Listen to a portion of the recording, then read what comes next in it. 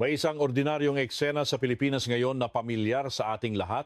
May anak sa Maynila na naghihintay ng allowance, may magulang sa probinsya na nag-aabang ng padala, may kapatid na OFW sa Dubai na nagbibilang ng exchange rate, may sari-sari store na tumatanggap ng bayad sa GCash, at may jeepney driver na nag-iisip kung tataas na naman ang diesel bukas. Sa gitna ng lahat ng ito, biglang papasok ang isang napakakakaibang tanong. Paano kung ang app na ginagamit mo para makipag-away sa comment section, magbasa ng balita, manood ng memes, at sumunod sa geopolitical drama ng mundo ay sharing app na hahawak ng buong buhay pinansyal mo?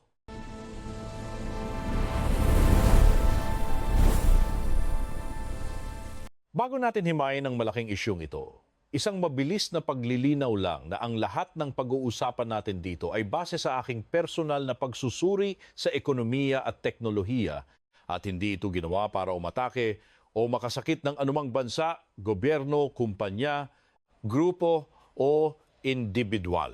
Diyan eksaktong papasok ang X-Money, ang pinakabagong hakbang ni Elon Musk na nagdulot ng napakalaking ingay sa global financial system. Noong 2025, inanunsyo ng X ang kanilang malalim na partnership sa Visa para sa X-Money account na nakatutok sa digital wallet services, peer-to-peer payments at direktang paglipat ng pera papunta o mula sa inyong bank account na una nilang tinarget sa US users. Sa unang tingin, aakalain mo na isa lang itong simpleng bagong feature na may dagdag na bayad. Pero kung titingnan natin ng realistiko, napakalaki ng nakataya rito.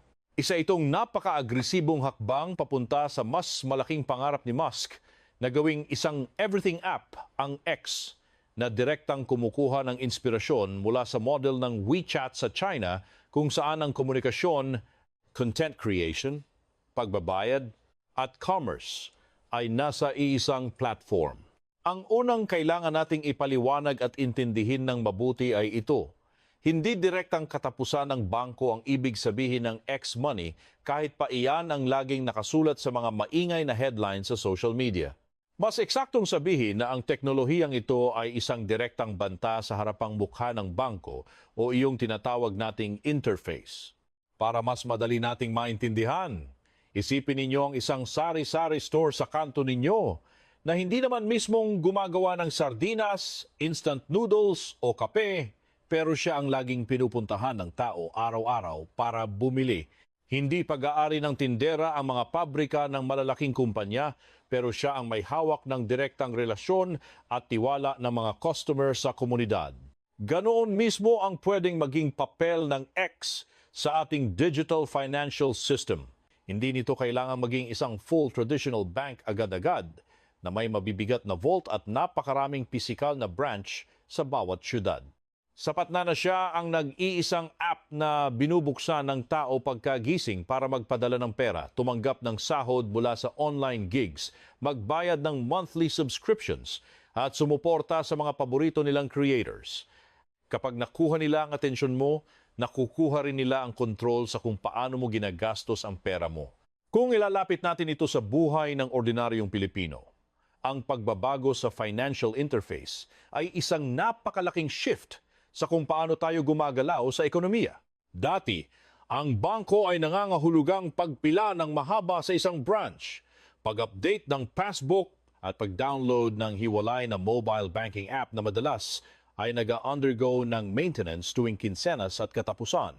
Ngayon, ang bagong labanan sa global finance ay kung sino ang magiging default screen ng pera mo. Kapag ang isang user ay nandyan na sa X para magbasa ng balita, manood ng live stream, makipag-usap tungkol sa trabaho sa BPO, o mag-promote ng negosyo, napakadaling ipasok ng wallet function sa parehong ecosystem. Ang pinakapunto rito ay hindi mo kailangang sirain ang matibay na vault ng bangko. Sapat nang agawin mo ang pintuan papasok sa vault na iyon para ikaw ang magdikta ng daloy. Sa mas praktikal na pananaw, ang mekanismo nito ay nakadepende sa formula ng platform user base plus traditional payment rails. Sa pamamagitan ng partnership nila sa Visa, ang X-Money ay maaaring tahimik na gumamit ng existing infrastructure ng global finance tulad ng card networks at bank transfer protocols sa halip na gumastos ng bilyon-bilyon para gumawa ng bagong banking system mula zero. Para itong isang tradisyonal na jeepney na pinalitan mo ng mga digital screens at futuristic dashboard. Pero kapag sinilip mo ang ilalim, lumang diesel engine pa rin ang nagpapatakbo rito. Napakaganda sa harap, pero lumang makina pa rin ang nasa loob. Ang pinakamalaking lakas ng X sa labanang ito ay ang napakabilis nitong adoption rate dahil mayroon na itong existing na network effect. Sa Pilipinas, alam natin kung gaano kalakas ang network effect na ito sa ating pang-araw-araw na pamumuhay. Kapag lahat ng kapitbahay mo at mga kamag-anak mo ay nasa isang app, automatikong doon ka rin pupunta para magpadala o tumanggap ng pera. Kapag ang suki mo sa palengke ay nagbabayad na via QR code, mapipilitan ang katabing tindahan na sumunod para hindi mawalan ng benta. Kung ang mga creators, advertisers at users ng X ay magkakaroon ng instant payment function, pwedeng sumabog ang creator economy sa pamamagitan ng tips, paid content at direct business sales. Pero dito pumapasok ang isang napakalaking risk na madalas hindi napapansin ng mga tech enthusiasts. Ang paghawak ng pera ay nangangailangan ng napaka-boring na reliability. Hindi pwedeng lumabas ang mensaheng system down, try again later kapag ang ipinapadala ng isang OFW ay para sa tuition fee ng anak o pambili ng maintenance na gamot ng magulang. Hindi pwedeng magkamali ang identity verification system kapag isang profesional na scammer na ang nakikipagtransaksyon sa isang inosenteng user. Hindi pwedeng pairalin ang kultura ng virality at mabilisang emosyon ng isang social platform kapag ang hawak mo ay ang pinaghirapang pera ng tao. Dito magsisimula ang unang matalas na tanong. Kung ang isang app ay nahihirapan pa rin minsan na kontrolin ang misinformation at bots, paano nito mapapatunayan na ligtas siyang humawak sa kabuuang financial life ng isang tao? Sa tingin ko, ang tunay na kalaban ng X-Money ay hindi ang mga tradisyonal na bangko, kundi ang napakakapal na pader ng pandaigdigang regulasyon. Kailangan mo ng money transmitter licenses, mahigpit na anti-money laundering controls, mabusising know your customer checks, 24/7 fraud monitoring, data privacy compliance, at buong pagsunod sa batas ng bawat bansa. May mga ulat na ang X-Money ay nakakuha na ng maraming US state money transmitter licenses para maka-operate, ngunit nananatiling napakabigat ng regulatory challenge dahil magkakaiba ang patakaran sa bawat lugar. Habang lumalawak ang serbisyo ng platform, automatikong lumalawak din ang kanilang legal exposure at systemic risk sa ekonomiya. Kung simpleng digital wallet lang ito para sa maliliit na transfer, isang level ng risk lang iyon na madaling pamahalaan. Pero kung papasok na sila sa heavy merchant payments, payroll distribution, lending, crypto integration o cross-border transfers ng mga OFWs, ibang-iba na ang level ng laro at pananagutan. Bawat dagdag na financial feature ay parang dagdag na pasahero sa isang pumapasadang jeepney. Iisipin ng driver na pwede pa, hanggang sa biglang umabot sa punto na hindi na kaya ng preno. Dito natin makikita ang malinaw na limitasyon ng mantra na move fast and break things dahil sa finance. Kapag may nasira ka, pwede itong mauwi sa frozen funds o bank run dynamics. Sa kabilang banda, kung magiging maayos ang compliance nila, pwede talagang bumaba ang friction sa mga payments at makatulong ito sa ordinaryong mamamayan. Mas magiging madali para sa mga small content creators natin at mga online sellers na tumanggap ng bayad ng walang malalaking cut mula sa middleman. Sa ating Philippine context, maganda itong iugnay sa ating patuloy na laban para sa financial inclusion at mas murang transaksyon. Maraming Pilipino ang sanay na sa e-wallets, pag-scan ng QR payments at pag-asa sa mga remittance flows buwan-buwan para sa budget ng pamilya. Madaling makakaintindi ang audience natin dito dahil halos lahat tayo ay may masamang karanasan na sa matataas na transfer fees at na-delay na bank transactions. Gayunpaman, kailangang tandaan na ang global expansion sa sektor ng pananalapi ay hindi isang simpleng copy-paste na proseso mula sa Amerika. Ang US payments market ay napakalayo sa dynamics ng Pilipinas, iba rin ang kultura ng pera sa Japan, iba ang mahigpit na data privacy sa EU, at iba ang fragmented na kalikasan ng ASEAN. Kung gusto talaga ng X-Money na maging isang super app, hindi sapat na meron lang silang partnership sa Visa. Kailangan nilang makipag-usap sa mga central banks at local financial regulators. Sa Pilipinas, halimbawa, ang anumang malaking payment service na papasok ay kailangang maglaro sa isang ecosystem na may dominanteng e-wallets, mahigpit na BSP rules, oligopoly ng telcos, at consumer behavior na mahilig pa rin sa cash. Hindi porke matagumpay sa Amerika ay automatic nang makakain ito ang merkado sa mga kalsada ng Maynila, Cebu o Davao. Ang pangarap na maging isang super app ay hindi lang umiikot sa pagpapadali ng payments kundi mas malalim pa rito. Ito ay tungkol sa pag-aari at pagkontrol ng data. Kapag alam ng isang nag-iisang platform kung ano ang mga balitang binabasa mo, sino ang mga sinusundan mo, anong political issue ang kinaiinisan mo, sinong creator ang binabayaran mo, at kailan ka nagpapadala ng pera, nagiging napakalakas ng data advantage nito. Dito mas nagiging seryoso ang usapan dahil pinag-uusapan natin ang posibleng kombinasyon ng attention data at financial data sa iisang database. Hindi lang natin pinag-uusapan dito ang isang simpleng digital wallet na pamalit sa pitaka mo. Ito ay isang mekanismo na pwedeng magdikta kung paano mo ginagastos ang pera mo base sa kung ano ang tinitingnan ng mga mata mo. Ang mekanismo sa likod nito ay lumilikha ng mas mahusay na ad targeting, mas tumpak na credit scoring, mas mabilis na fraud detection, at mas malaking monetization para sa buong kumpanya.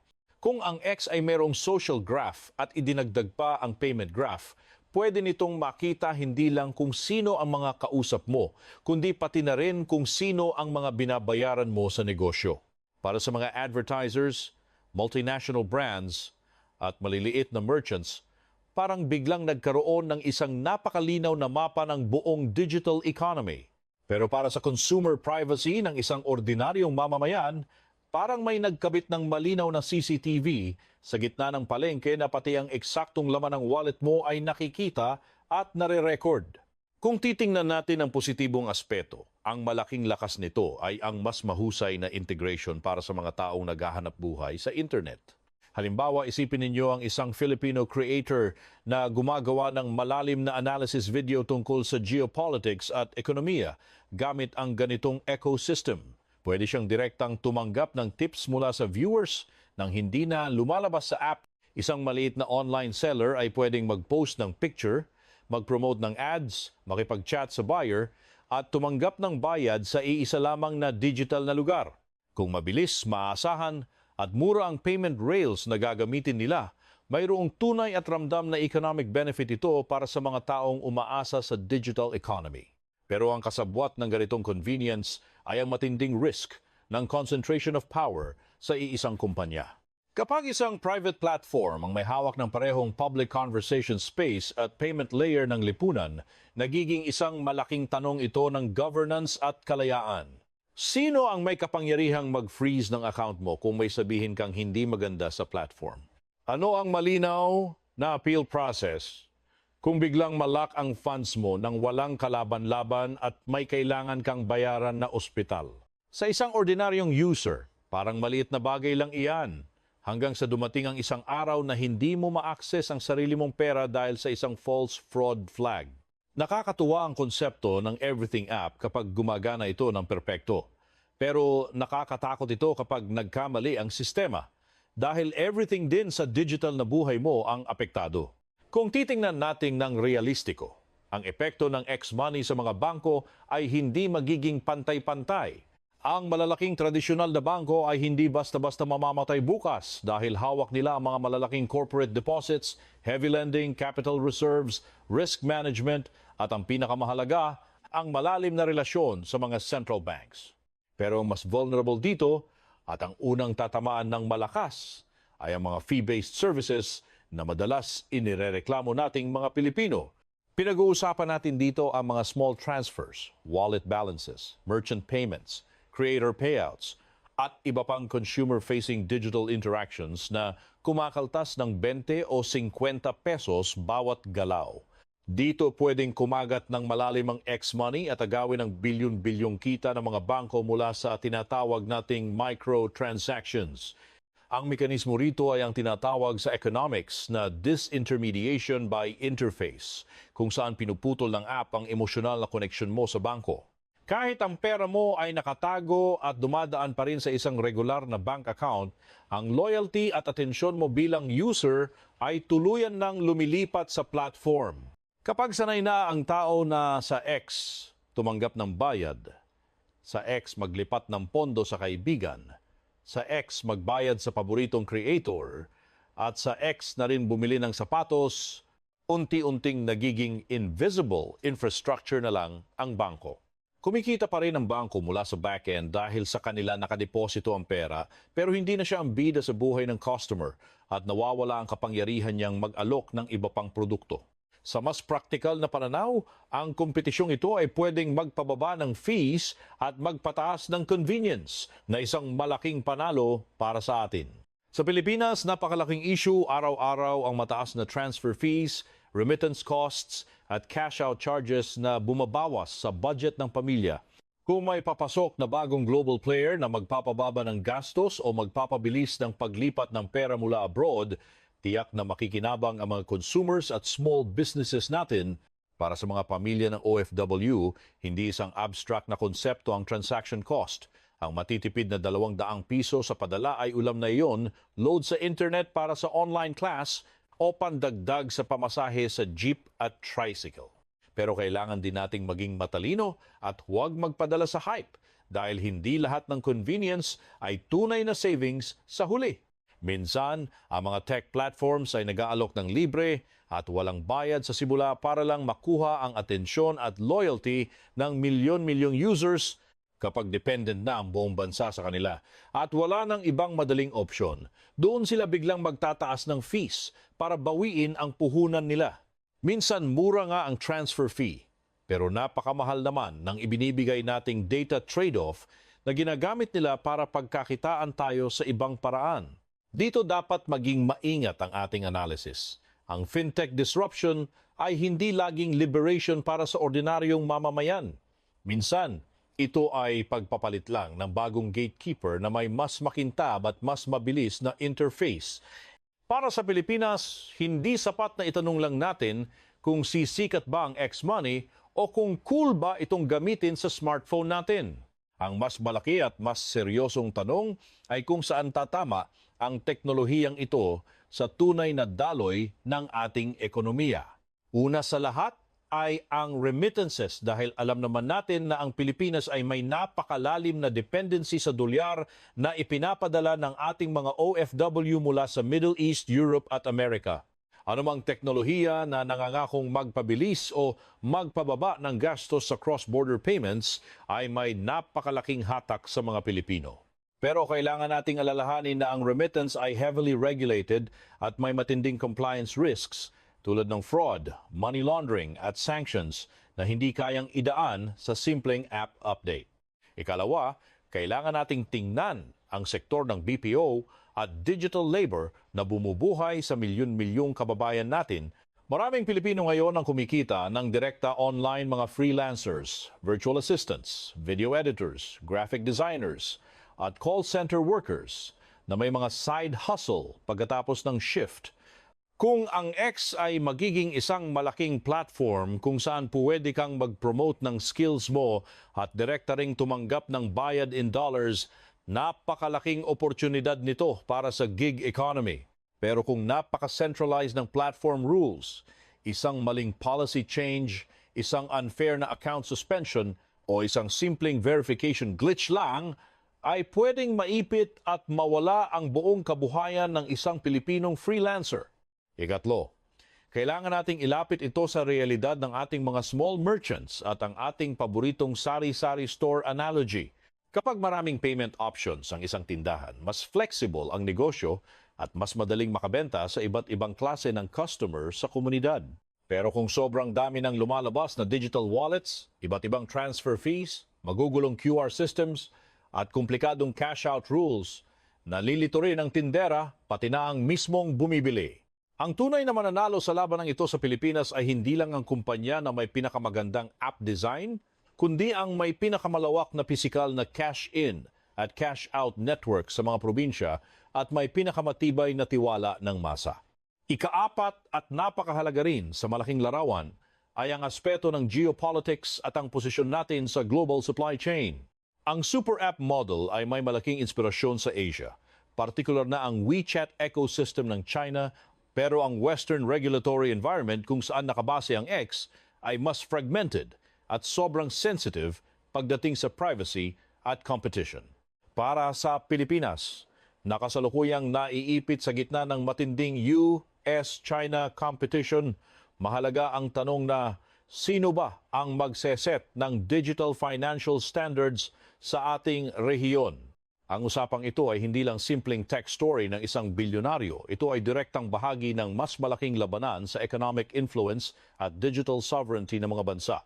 Kung titingnan natin ang lahat ng ito, bakit nga ba natin sinasabing crazy move ito ni Elon Musk? At bakit hindi tayo dapat maniwala ng literal na ito na ang katapusan ng mga bangko? Ang matapang na ideya dito ay ang sapilitang pagsamahin ang attention economy at ang mismong paggalaw ng pera sa iisang malaking makina. Sa purong business logic, brilliant ang hakbang na iyon dahil kung hawak mo ang atensyon ng tao sa pamamagitan ng balita at entertainment, madali mong mahahawakan ang kanilang commerce. Kung hawak mo na ang commerce at shopping habits nila, madali ka nang makakapasok sa mas malalim na mundo ng finance at credit. At kung hawak mo na ang finance nila, nagiging malalim ang lock-in ng user at halos imposible na para sa kanila na iwanan ang platform. Pero ang malaking panganib sa mekanismong ito ay ang tinatawag nating super app dependency at ang paglaki ng systemic risk sa buong lipunan. Kapag masyadong maraming kritikal na serbisyo ang nakasiksik sa loob ng iisang digital platform, nagiging napaka-efficient ito sa normal na mga araw, pero nagiging napaka-fragile nito sa panahon ng krisis.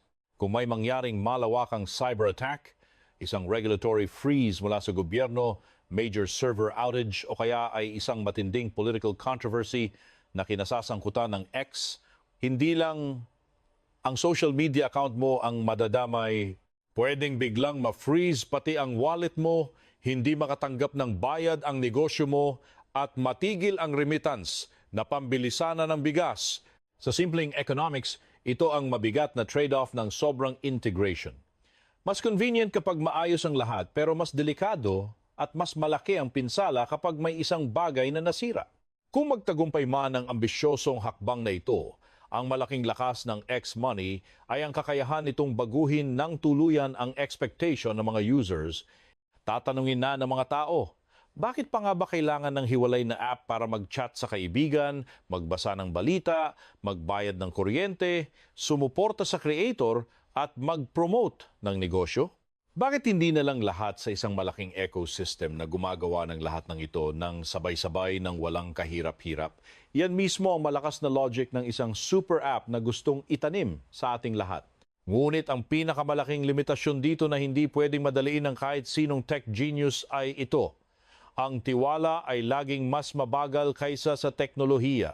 Pwedeng i-launch ng mga engineers ang isang napakagandang payment feature sa loob lang ng isang quarter, pero ang tiwala ng isang ordinaryong tao na iwan ang kanyang pinaghirapang pera sa isang app ay binubuo sa loob ng maraming taon.